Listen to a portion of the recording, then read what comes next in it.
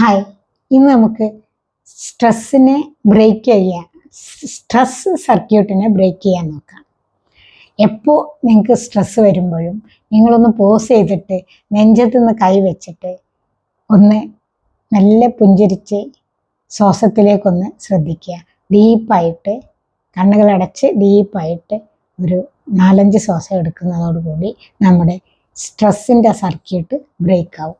അങ്ങനെയും സ്ട്രെസ് കുറക്കാം. ഈ മാർഗങ്ങളൊക്കെ ഉപയോഗിച്ച് സ്ട്രെസ് കുറച്ച് ഹാപ്പി ആയിട്ട് ജീവിക്കാൻ വേണ്ടി പരിശ്രമിക്കുക. നിങ്ങളുടെ അഭിപ്രായം കമൻറ്റിൽ അറിയിക്കുകയും ചെയ്യുക. Thank you.